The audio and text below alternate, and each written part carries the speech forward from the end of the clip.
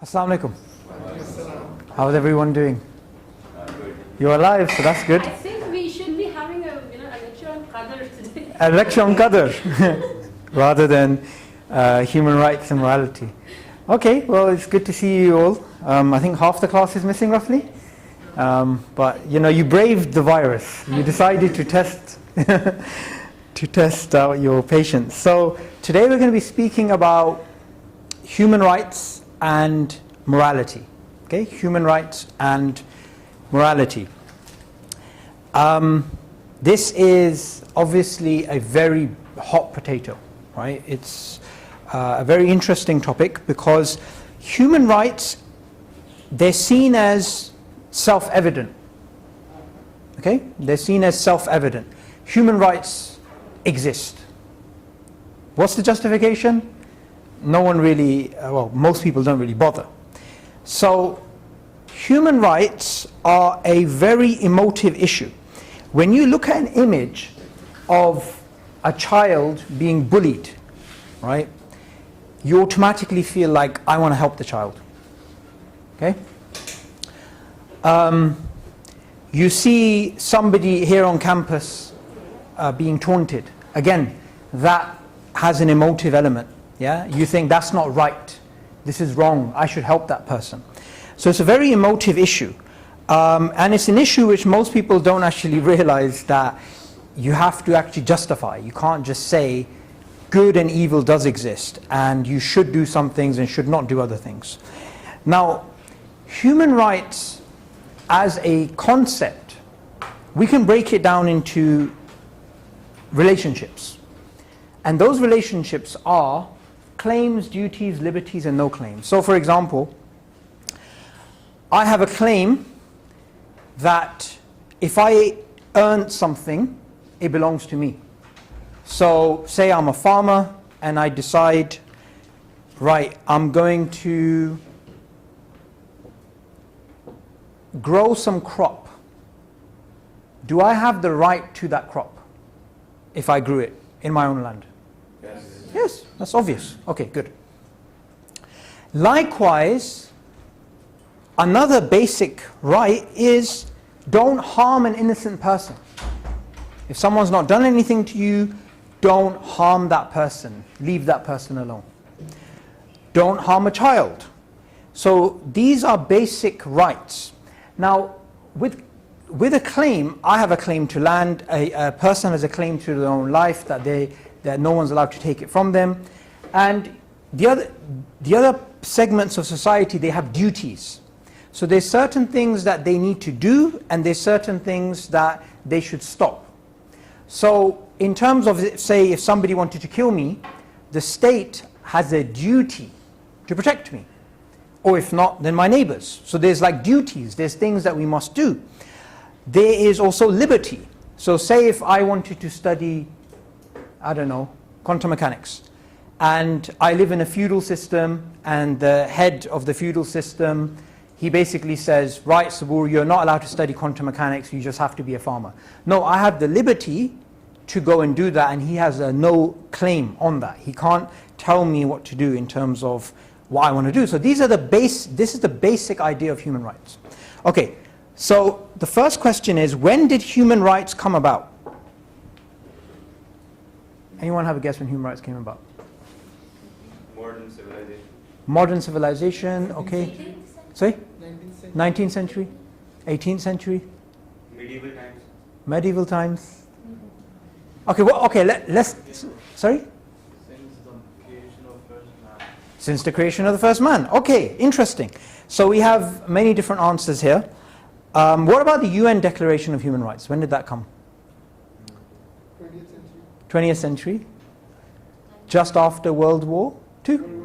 When everyone was battering each other in Europe, right? So they decided, okay, we need to be nice to each other, right? So we need to have this Declaration of Human Rights. So that came around 1940 something, right? After World War II.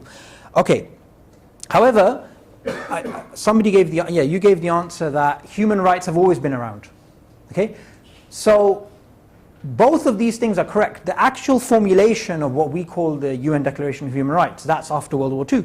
But just the basic idea of human rights, that human beings have rights, There's things that we claim, and there's duties that we have, and there's liberties and no claims. This thing is ancient. It's as old as mankind itself. However, I want you to consider something. Although you have social justice warriors across the world fighting for human rights, okay? Name me some social justice movements that are happening in the world right now. Social justice movements. Aurat March. Aurat March, Women's March, feminism, what else?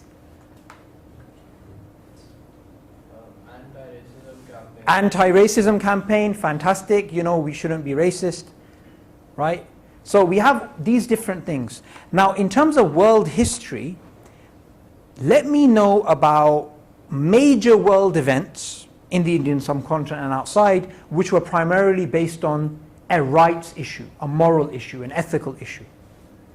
Martin Luther King's movement. Perfect. Martin Luther King's civil rights movement.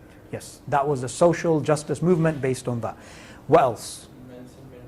Nelson Mandela, anti-racism, apartheid, South Africa. Right, what else? Something here in the Indian subcontinent, something very big that happened around 1940s. Partition. Was partition an ethical issue, a moral issue? It was an issue of rights. Right? That's what it was about fundamentally. Now whether people agree or disagree with it, they both agree. It was one side saying, we have the right to our own land because we are a different nation. Okay? So again, that was a rights issue. What other major events could we trace back and say, okay, these events were moral issues, ethical issues, issues to do with rights? Something in Russia? The Soviet Revolution, right? So the Bolsheviks, right, the revolutionaries, what was their basic idea? What was the basic idea that they had? That they wanted to own separate lands and work and possess them. They didn't want the government to charge them for their own land. Yeah, so there's a peasant revolt, peasant rights movement there, okay? It was to do with worker rights, yeah? And they didn't want the Tsar anymore. Okay. What about the French Revolution? What was that about? Was that a moral issue? Was that an ethical issue? Yeah. Yeah, again. So we can just look at major world events and say, okay, the ethical issues, moral issues, right issues. But here's the problem. Although those are major events that happened in history, and you have these social justice movements happening across the world, you know, Me Too, feminism, racism and whatnot, people don't realize you have to justify human rights. You have to justify the idea of these rights. They're not just something we can just take as self-evident. Because a lot of people, they don't actually think about this. They don't actually think, where do these actually come from? Now what we're going to be looking at today is, under an atheistic worldview, can human rights, ethics, morality, can these things be justified? Okay? So before we get into, can atheism justify morals, ethics, human rights, the question is, what's the difference between morality and ethics? They're used synonymously sometimes, but what's the difference between these two? What is morals and what is ethics? Okay, firstly, easy question. What is morals? Guidelines or basic principles.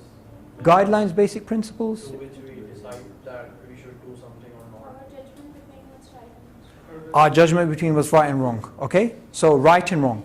It's a personal thing that you believe yourself. Okay? What's ethics then? What society sets for you, the things they think is right. Society, well, in one sense that's kind of true, you know. He sneezed, don't worry, he doesn't have coronavirus. I know we all freaked out here.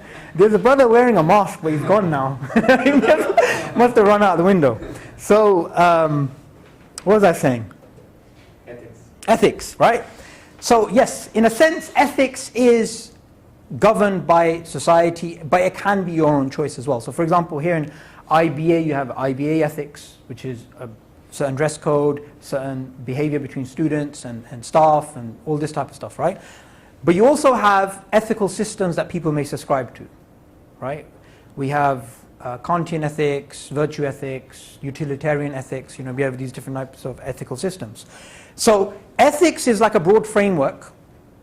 Morality is your own belief in the existence, and this is important. Not only is there an existence, your belief in the existence in good and bad. You believe in good and bad. You also believe we ought to do what is good and ought not to do what is bad. Why is it important that both these components are part of morality? Why is that important? So hypothetically say, I believe in right and wrong. I believe some things exist in the world which are evil, some things exist in the world which are good. Okay? However, why is it not okay for me to basically ignore the idea that we ought to do what is good and ought not to do what is evil? Why is that very important for morality? Yes, it is a bit of a tricky question. So, you recognize good and evil in the world. And if somebody recognizes good and evil in the world, would you say that's a moral person? Yeah. Yes, of course. Yeah. But what if that person said, yes, there's good and evil, but we don't have to do what is good, we don't have to enjoin good, we don't have to forbid evil. Things are just happening which are good and evil. But they themselves don't go out in the world and try to change the world. If they see something evil happening, they don't try and change it. They just say that is evil. Right? They don't protest against it. They don't intervene. Would you say that person is moral? No, they're just like a navel-gazing philosopher of some sort, right? They're just like looking at the world saying there's good and evil. No, you have to have the idea of saying, do you know what? I'm going to go and stop the evil. I'm going to go and show people what good is. Okay?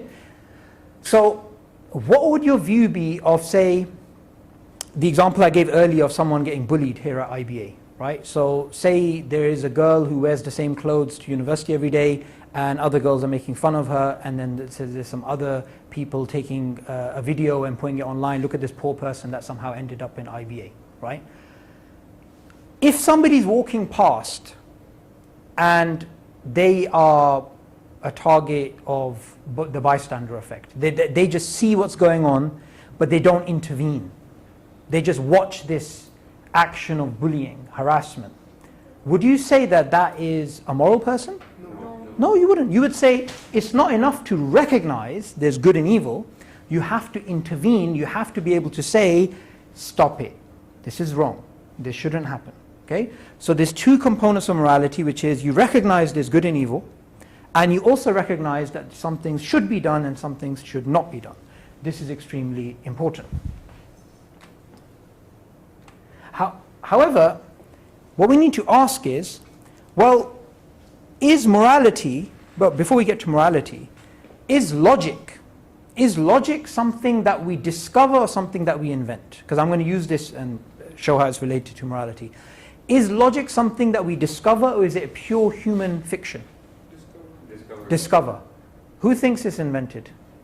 Good. Okay. So you say it's discovered, you say it's invented. Okay, fine. So make a case and then she's going to argue against you.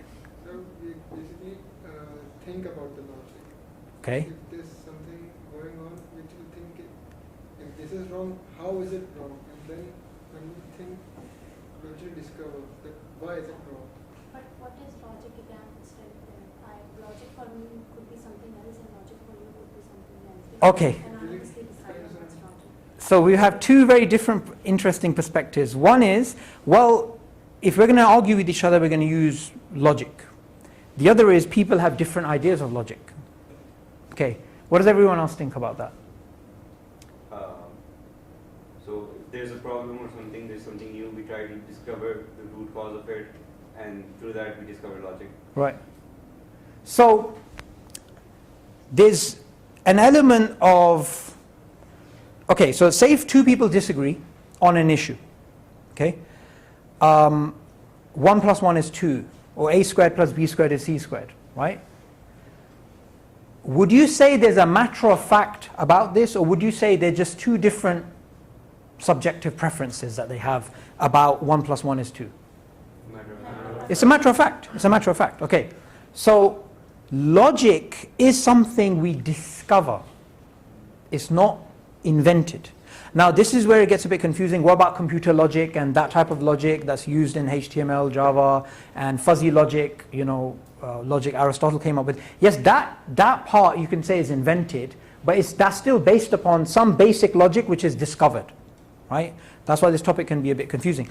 But the basic idea of logic, that is discovered. So we know, for example, the laws of logic. Yeah, we know the law of excluded middle, or the law of non-contradiction, law of inference, and so on and so forth. So these things are discovered, they're not actually invented. However, when it comes to morality, is morality,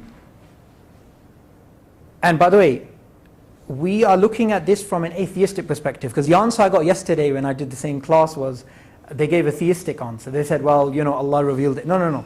I want you to think about this from the perspective of someone who does not believe in God, right? From that perspective, is morality discovered or is it invented? Invented. Who thinks discovered? Nobody. I think yesterday, I'm not sure, did we have somebody yesterday? Yeah, some people did say yesterday that it's actually discovered. Okay, so that's the right answer. Morality is actually invented. Morality is an illusion created by our genes to help us survive. It's a convention. So if I said to you guys, right, this very old looking 100 rupee note, is this real intrinsic worth? Is this something really valuable? Or is this an invention? Is this just a convention? It's a convention. Okay, what about gold? Is gold intrinsically valuable? Or is it just a convention? It's actually valuable, right? So morality is something which is, from an atheistic perspective, it's a convention. It's a convention, right? We evolved for human cooperation, and therefore, we couldn't all be bad to each other, and there was a fitness benefit to actually being more moral. So it's purely invented. Okay, now we can bring in another distinction. Objective and subjective. Okay, objective and subjective. What's the difference between something that is objectively true and something which is subjective? What's the difference between these two? Subjective is can be different for different people. Yes. And objectively it's true for everyone. Perfect. Objective is true regardless of human feelings. Okay? It's true. Subjective, there's no matter of fact. Yeah? There's no matter of fact. You can't say it's definitely true or it's not true. Okay? So, give me an example of something that we know that is subjective and something that we know is objective. Subjectively, I could think this girl is pretty, but someone else might think she isn't. And okay, so beauty. yeah, Beauty would be subjective. Okay. What would be objective?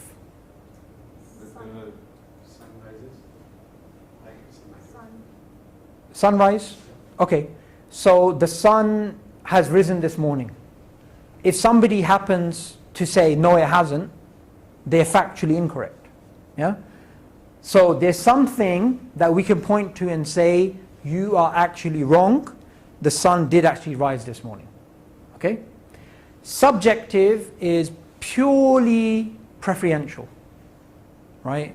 I like kulfi ice cream, I like chocolate ice cream, I like vanilla ice cream. If two people are arguing about vanilla and chocolate ice cream, and somebody else comes in and says, no, he is wrong and you are right, as a matter of fact, could you do that? No. But if two people are arguing about something else, is Pakistan in Asia? There's no dispute. There is a matter of fact. So morality, from an atheistic perspective, is subjective. It's subjective. You cannot say it is objective. Now what's interesting is the people who speak about morality, moral issues, ethical issues, human rights issues, the loudest in the world today are actually atheists. They're the loudest, yet they don't actually have any foundation for it. Okay, so imagine if I took some Dettol, right, and I started cleaning this table. And what would happen when I clean this table? Which organisms would die? Germs, bacteria, okay. Would you call me a murderer for doing that? Okay, good.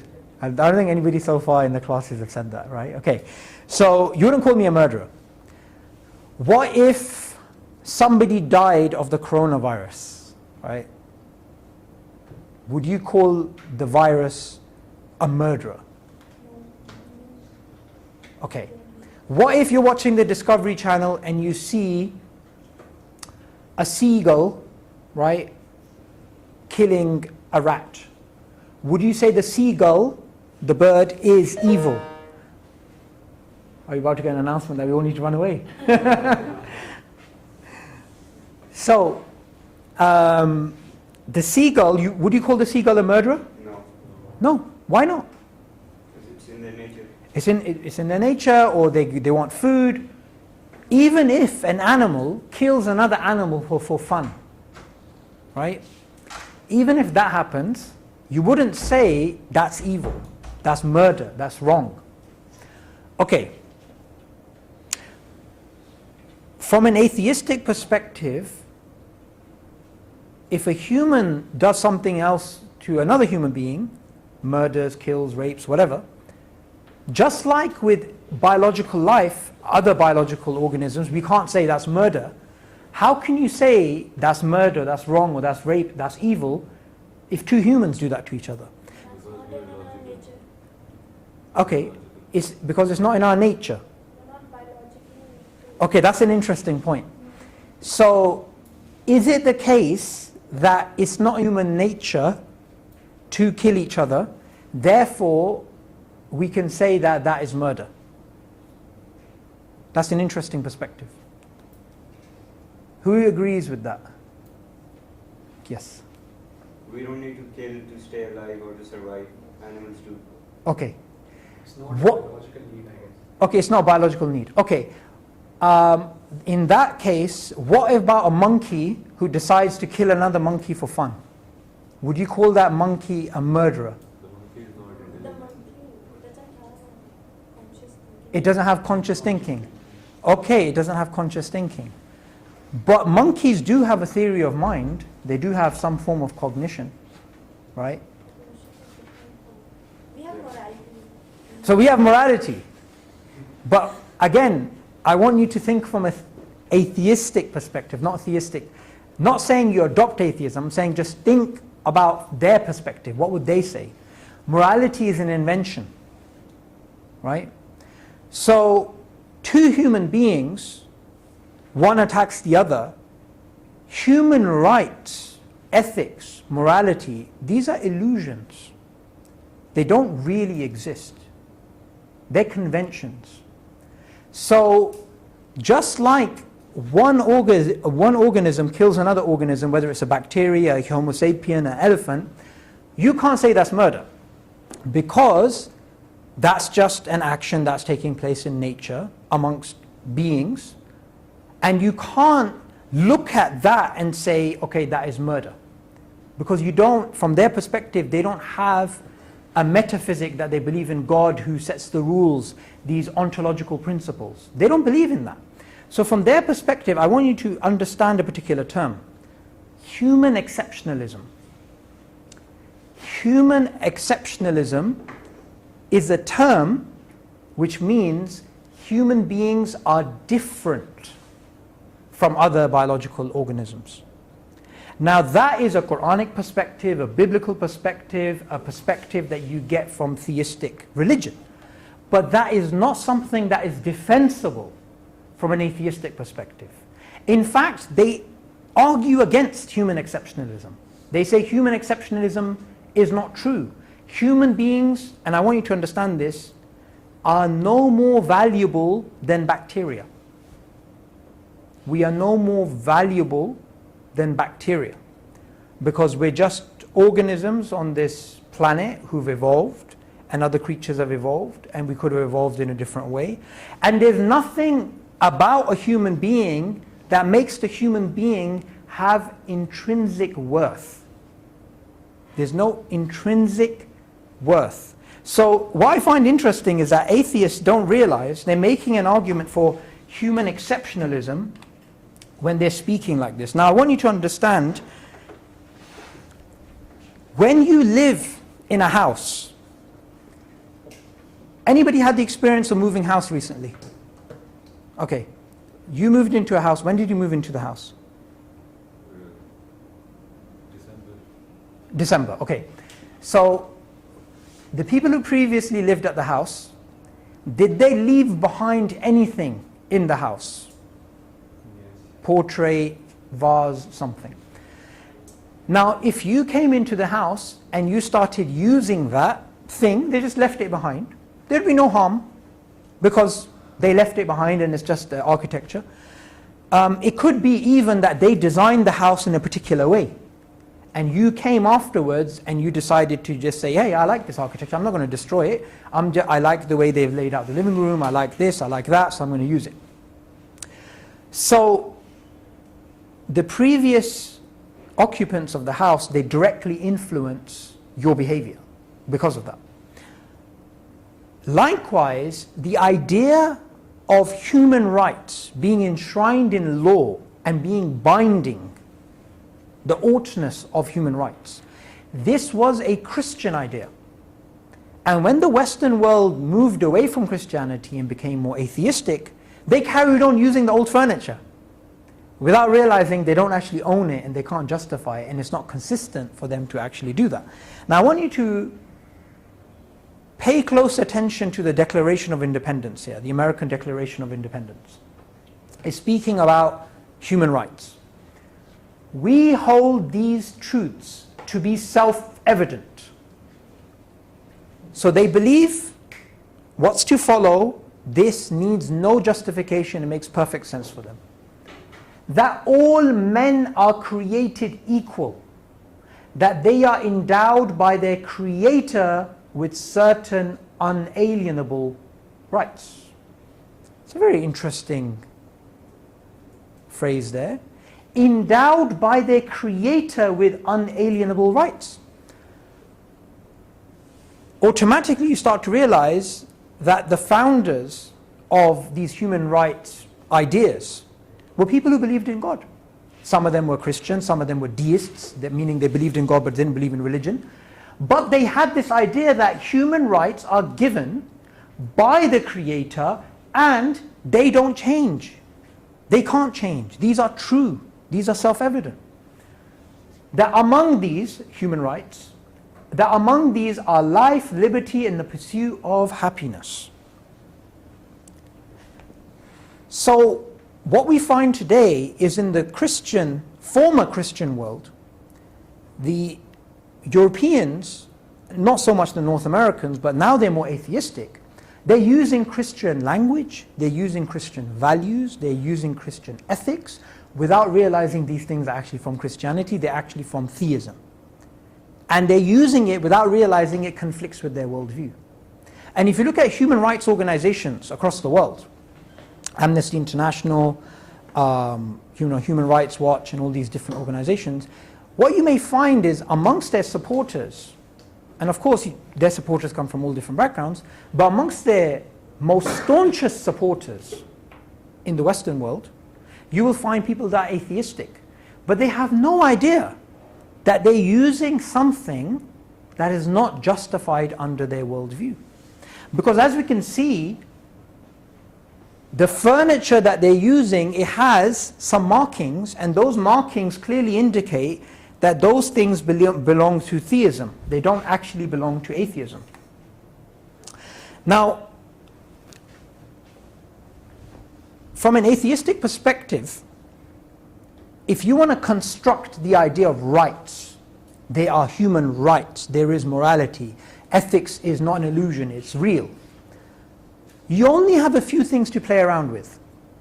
You have time, space, energy, matter, chance.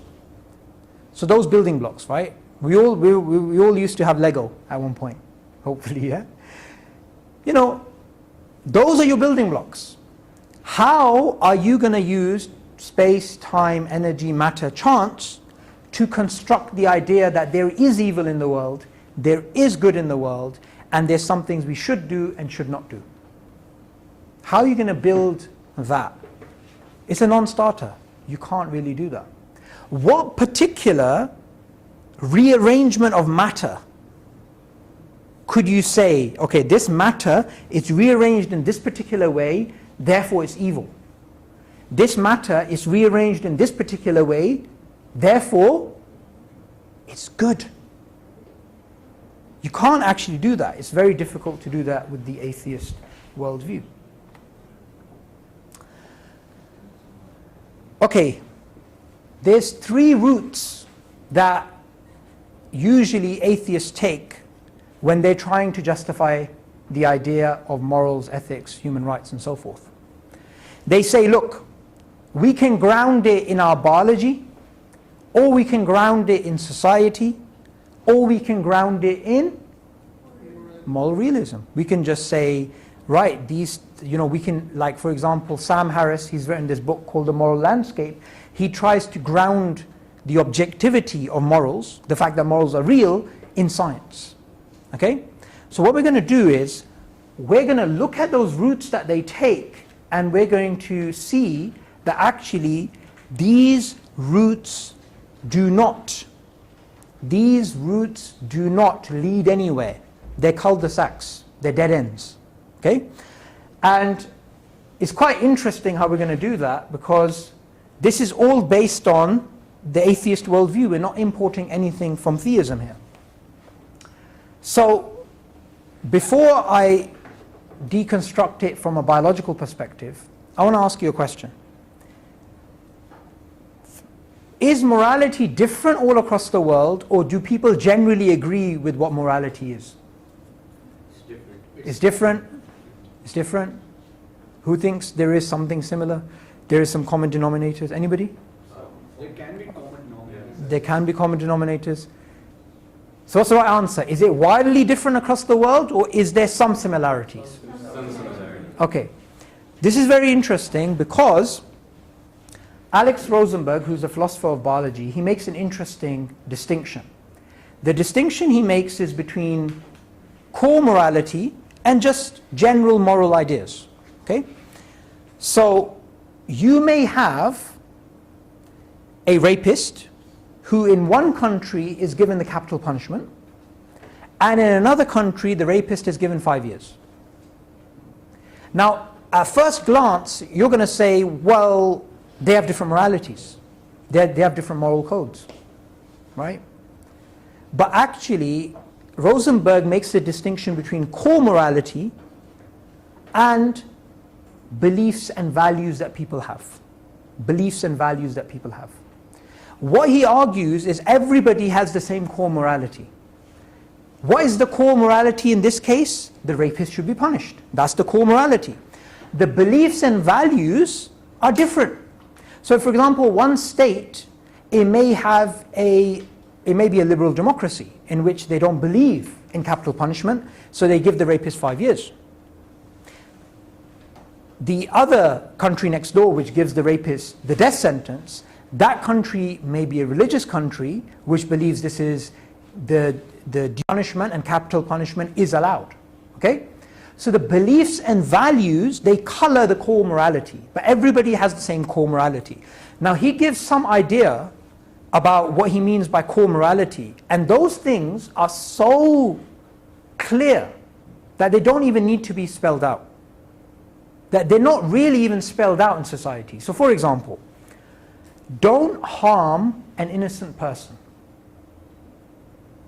Which society in the world, even the Nazis would say, yes, we believe in that. Okay, so here's an interesting question. Why, based upon what I said, why would the Nazis, although they agree with that core morality, don't hurt an innocent person, Why did they decide to kill so many Jewish people? Because they believe that the Jews were not innocent. Exactly. It was the beliefs and values that they held. So Rosenberg says, people hold various beliefs and values, which some are false and some are true, and those dictate how core morality is colored. So the Nazis had this false belief that Jews were subhuman. But they had the belief that innocent humans shouldn't be harmed. But they, alongside that, they justified it to themselves by saying, well, those people are evil and they're subhuman. So they had these false beliefs which covered the core morality. So core morality, don't harm an innocent person. You have the right to what you own, which is so obvious. I hire somebody to work for me. After a month, I have to give him a wage. I can't give the wage to somebody else. You have the right to what you earned. Don't harm a child, especially your own. Right? Don't harm a child, especially your own. So, think of all of these ideas as core moral issues. Core moral codes, sorry. So, this core morality, according to Rosenberg, is an adaptation. It's an evolutionary adaptation, meaning it leads to beneficial outcomes. You're more likely to survive if you abide by those core moral issues. So what he points out, however, is just because core morality is there and everybody agrees about core morality, it doesn't mean it's true. He says, our core morality isn't true, right, correct, and neither is any other. Nature just seduced us into thinking it's right. It did that because that made core morality work better. Our believing in its truth increases our individual genetic fitness. So what he's arguing is, he's saying, look guys, it's not real, it's not true. We just think it's real. We just think that this thing is factual, when it's actually not. So core morality, according to him, is a pure adaptation, and we could have evolved in a different way and had a different set of core morals. It didn't have to be this way. And he gives this interesting dilemma, which is a new version of Plato's dilemma, right? So he says, well, as an answer to those people who argue that core morality is true, he says, well, is core morality good because it was selected by natural selection? So is it good because it was selected? Or is it the case that it is good, therefore it was selected? So it's a new version of Plato's dilemma against this idea. And what he basically says, and I recommend for you guys to read his argument in his book, An Atheist Guide to Reality, is the only answer to escape this deadlock is moral nihilism. Okay? What does nihilism mean? Nihilism. Okay, what does nil mean? Nil. Zero. Nothing. What does ism mean? Doctrine, worldview. Perfect. Okay. So what does nihilism mean? Believing in nothingness, right? So moral nihilism, what does that mean? Not believing anymore. Morals don't exist. They're not real. They're an illusion created by our genetics to help us survive. So he argues, we can't say our core morality is true. We have to subscribe, if he's an atheist, so you have to subscribe to moral nihilism. Now, an interesting analogy that was given by Stephen Jay Gould, the late Stephen Jay Gould, the famous Harvard evolutionary biologist, is the idea of the tape of life. Do you guys remember the VHS tape? Yes. Some of you do, right? The VHS tape, right? So you used to rewind this tape and play it. Every time you rewinded it, did it lead to a different movie being played or the same movie being played? Same. Every single time it was the same. However, Stephen Jay Gould argues that's not the way evolution works. If you rewind the tape of evolution, going back, and you play it again, you will have a complete different evolutionary outcome. Completely different. How? Okay, very good point. According to the standard understanding of evolutionary history, evolution is guided by constraints. Okay? So it's the constraints which impact what the outcomes are. Now the constraints are contingent. So if we go back to the history of life and we press play, and we have two components here, right? We have variation and we have filtration. We have variation and selection. The environmental conditions and the random mutations, they would be different. And because they would be different, you would end up with a completely different evolutionary trajectory. Now what's interesting here is it's not just our biology would be different, our moral codes would be different, our ethics would be different, our color preferences would be different, all of the aspects of human psychology, linguistics and so forth would be contingent.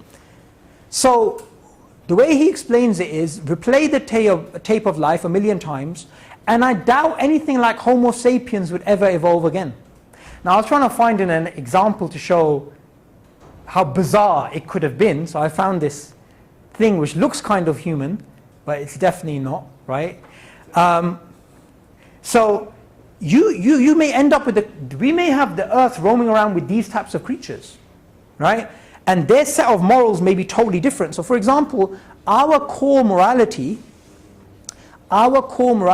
is take care of the elderly.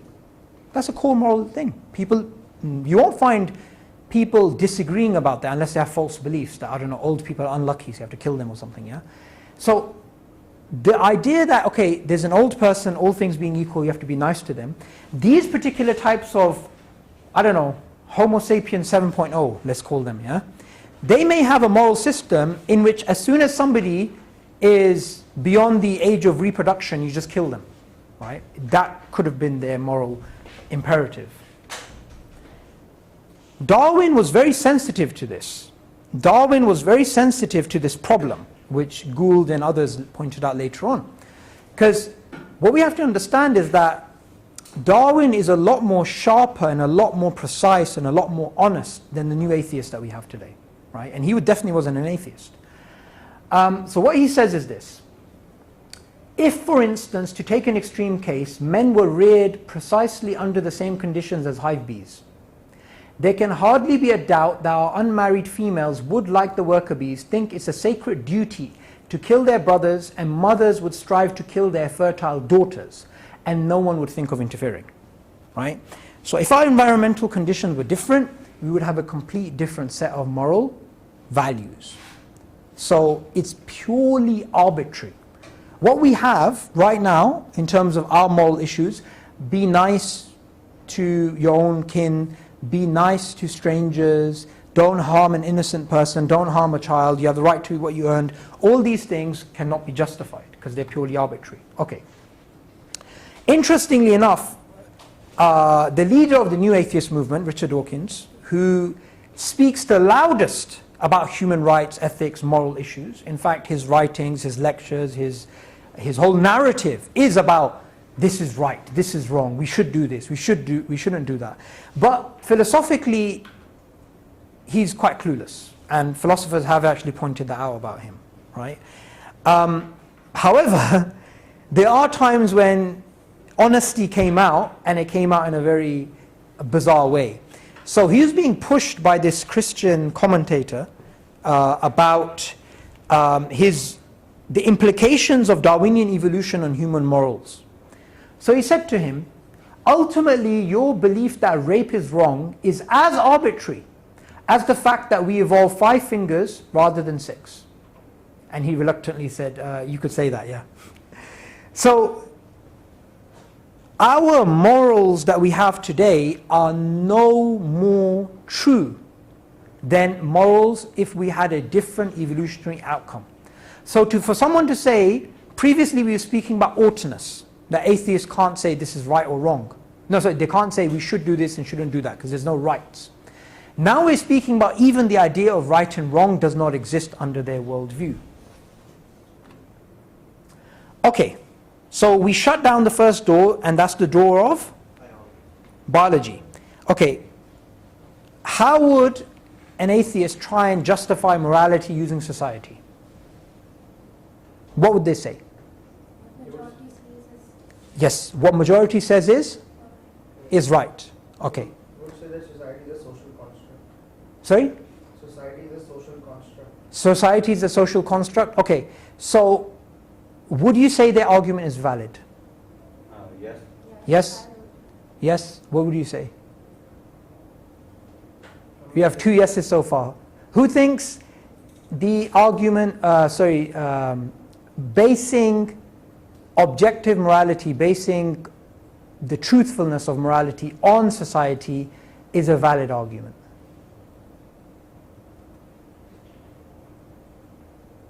At first pass it seems tempting. So let's have a go. Okay, so only 2 people have said they did. Okay, who thinks, no, you can't base objective morality on society? You think so? There are different types of societies, so objective morality can differ. Ah, To be the same. okay. So there's different societies, different moral values, so then how do you adjudicate between one society and another society? Okay, well, we can just give a very simple answer to that.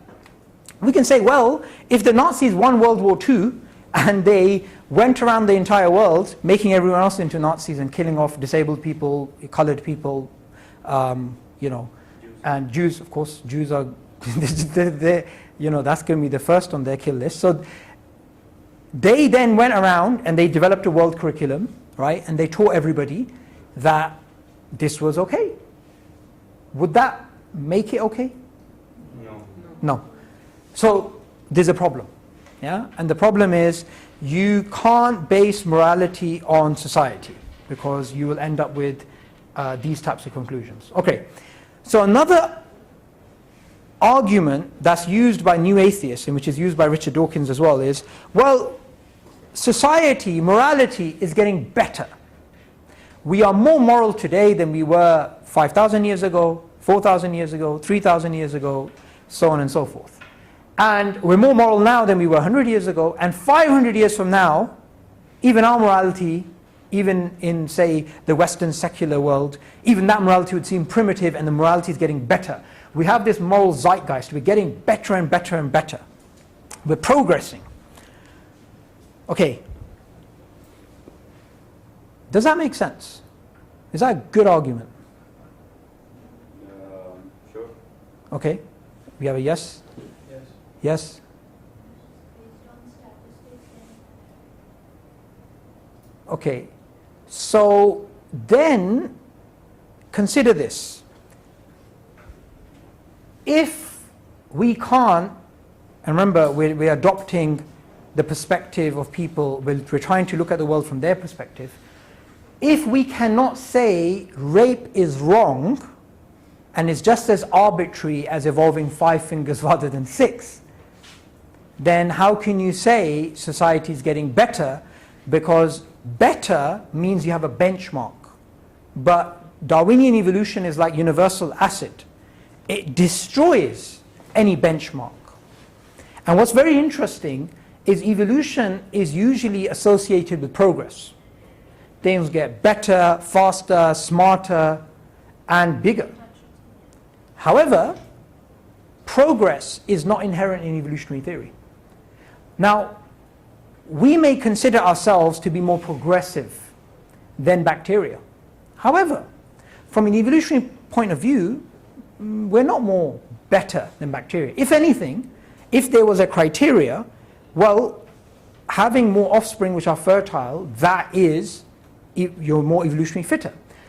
Who is more evolutionary fitter, bacteria or human beings? Bacteria. Why? Reproduce like thousand times a day. Bacteria.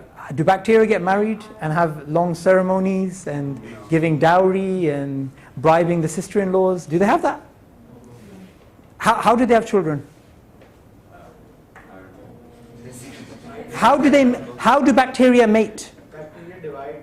They divide. They have asexual reproduction. Yeah, they don't even need partners. So you can't say society is getting better if you have no standard. But sir, don't we learn from our mistakes? Yes. So then, do we not get better if we learn from our mistakes and do better? Yes, we would. But then we would need a criteria still. So if I was to look back at my life and say, I need to look at the things which I did which are good, and I need to look at the things which I did which are bad, then I need to have a criteria.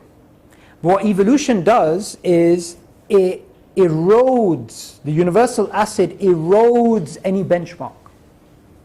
That's the issue.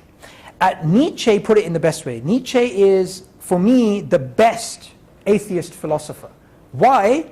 Because he's the most honest. All right? He doesn't hide behind labels. He puts it this way: you have your way, I have my way, as for the right way, the correct way, and the only way, it doesn't exist. There is no such thing as this is the only way, this is the right way, this is the wrong way. Now I want you to understand something. We're not speaking about the idea that, okay, morality may be real, but we can't discover it. We're skeptical about it. Or morality is true for a particular culture, moral relativism. No. You have to understand, the argument that's being made here by Nietzsche, Rosenberg and others is under an atheistic point of view. It's not that, okay, we may discover it one day or we don't know. It's basically, there is no way. Moral nihilism, essentially, right? There is no right answer to these things. And interestingly enough, if we were to base, if we were to have a society and we were to apply Darwinian principles, which was known as social Darwinism, it would lead to horrible outcomes. Horrible outcomes. Anyone heard of the social Darwinism movement? Eugenics? Eugenics, no? So you guys are safe from eugenics? Okay. So social Darwinism was a movement in the late 19th century which was applying Darwinian theory to society. So you kill the people who are inferior, and the most superior people were of course a certain race, the white people, and everybody else was inferior. And you had this idea of basically racial superiority and handicapped people are useless. What you have to understand is that before I explain why social Darwinism doesn't make any sense, a lot of people don't recognize this aspect of Darwinian theory, right? There is a hierarchy. There's a hierarchy in nature, right? Some organisms are fitter than others. So when we apply that to society, we get some really, really evil conclusions. Really conclusions that we don't like. Now, social Darwinism was based on a fallacy. The fallacy was the is-ought fallacy, is-ought distinction that was misused. So the world is a certain way, that's a fact. You can't take up from a fact, a supposed theory, to this is the way the world should be. You can't get values from facts. David Hume, the Scottish philosopher, this is what he's known for, that he was arguing you can't really do this. Now what's interesting is that although Richard Dawkins, he believes in Darwinian evolution, he tries to argue we need an anti-Darwinian society, a society in which the rich do not oppress the poor. So he says, what we need is a truly anti-Darwinian society. Anti-Darwinian in the sense we do not wish to live in a society where the strongest oppress the weak. I want to live in a society where we take care of the sick, take care of the weak, take care of the oppressed. Well, again, this is the problem, right? You can't get from an is to an ought. However, you also can't just come up with a philosophy like this without basing it on something else. Now, what's he basing it on? Because if we truly evolved under these conditions, why would we have moral sentiments which are completely contradictory to that? So again, there's a huge gap in his logic. Moral realism. This is the third avenue. Okay, moral realism, the third avenue. So this was put together by, there's many different proponents, many different arguments are made. Sam Harris in The Moral Landscape, he says, no, we can believe in objective morality. Objective morality does exist. Other atheists, they say, no, it's subjective, right? But he tries to make an argument for it. He says, well,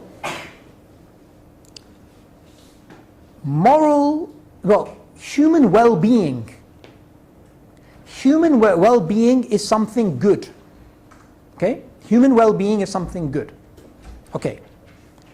And we know objectively, if we take these actions, that will lead to a better society with better morals and welfare and flourishing. So taking these actions objectively would lead to the outcome objectively of a better society. So therefore these actions are objectively, they should be objectively followed. Okay? So he tries to argue for moral realism, a type of, from a scientific perspective.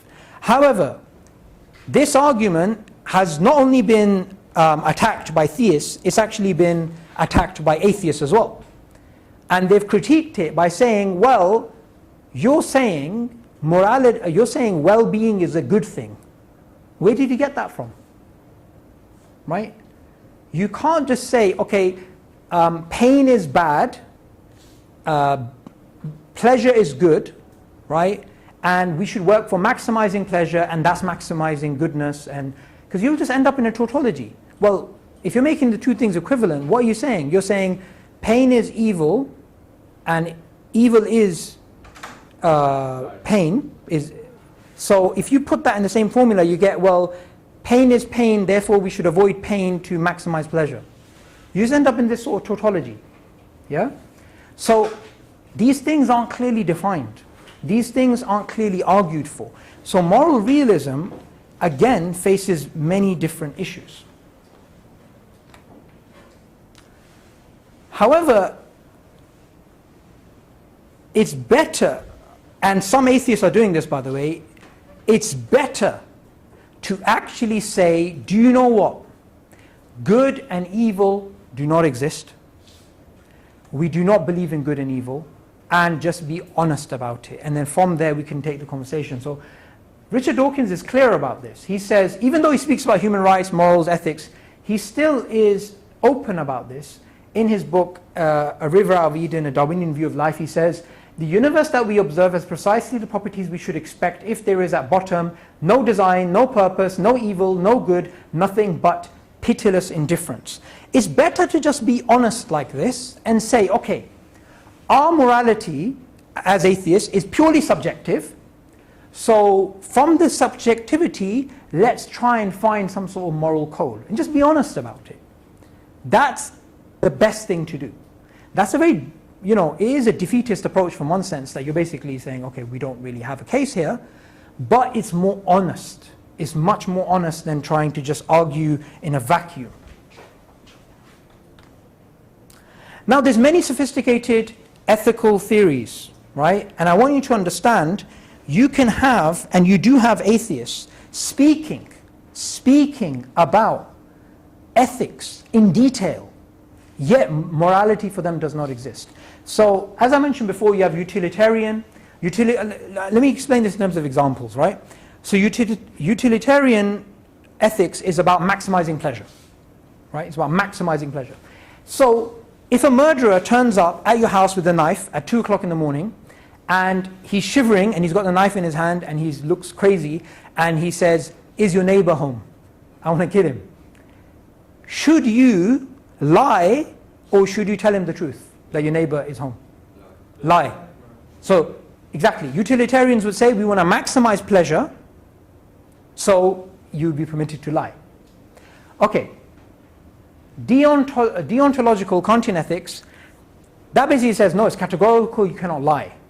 So you cannot even tell the person with a knife in his hand, right, that the neighbor's not home. You have to speak the truth. You have to treat him as a rational agent. Let him make the conclusion.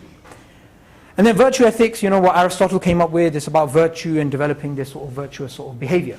What I want you to realize is, all of these detailed ethical systems still have no basis if morality does not exist. So you can come up with a really sophisticated utilitarian idea of morality based upon maximizing pleasure, defining pleasure as good, defining pain as bad, and you can basically speak about being consistent and so on and so forth. But it all doesn't matter at the end of the day, because if morality is illusion is an adaptation, ethics likewise falls. So Michael Roos, who's again, he's an atheist, professor or philosopher of science, this is what he says about this. Morality is a biological adaptation no less than our hands and our feet and teeth. Considered as a rationally justifiable set of claims about an objective something, ethics is illusory. So don't be fooled if somebody has a really sophisticated ethical system. If morality is not objective, that system is an illusion. Like I mentioned to you guys in the beginning, you occupy a house and you start to use the furniture without realizing the furniture doesn't belong to you, belongs to people before you, and that furniture doesn't even fit your worldview. Douglas Murray, who's written a book called The Strange Death of Europe, in this book, even though he's an atheist, he's very candid about the fact that human rights are not justified, and they're a byproduct of the Christian worldview. He says, the post-war culture of human rights that insists upon itself and is talked about by its devotees as though it were a faith, does itself appear to be an attempt to implement a secular version of the Christian conscience. It may be partially successful in doing so, but it is a religion that must necessarily be ill at ease with itself because it is uncertain of its moorings. So, from a theistic point of view, it's very hard. From an atheistic point of view, it's very hard to justify using the furniture of Christianity, especially if that furniture completely contradicts your own worldview. Now, to end upon, when it came to the American Declaration of Independence, those people, they took, the rights of humanity are endowed by the Creator and they are unalienable, right? And about this, Yuval Noah Harari, who I'm sure some of you are aware of, wrote the book Sapiens, he tries to argue, well, they can't be immutable because mutations happen, and they use all these types of silly arguments, but that's because they're looking at the world from an atheistic point of view. But from a theistic point of view, we can say morals are ontologically true. They are real. They are factual. Just like 1 + 1 is 2, certain things are right, certain things are wrong. So we do have the idea of objective morality. Now, Rasulullah ﷺ in a Hadith Qudsi, he says, I have forbidden, Hadith Qudsi means that Allah is saying, yeah? Allah says, I have forbidden injustice for myself, and I have forbidden it among you. So do not oppress each other.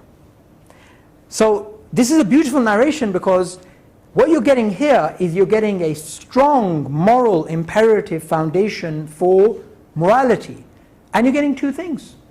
You're getting injustice, so we believe some things are right, some things are wrong. And injustice is such a broad term that you can apply it to any moral ill or moral good. Okay? And Allah's not just saying these things exist. Allah is saying He doesn't do injustice, and Allah says that He has applied this upon Himself. And Allah gives us a moral imperative. Allah says, so do not oppress one another. So it's categorical. There's an oughtness to it. There's what is known as a normative force. It should be applied. It's not just the case, like we said earlier, with the bystander effect. Something evil is happening, I'm not going to ignore it. No. You have to intervene. You have to enforce it. And that's why human rights under an atheistic worldview are an illusion. They can't justify the existence of good and evil, and they can't say the oughtness. They can't say we have to change this. We can intervene. We can change the world, right? Because there is no normative force. But under a theistic worldview, we can argue for it, and not only can we argue for the idea of human rights, we can also argue that these things are binding upon humanity. So it's been a pleasure, Jazakallah khair, and I'll be back next month inshallah.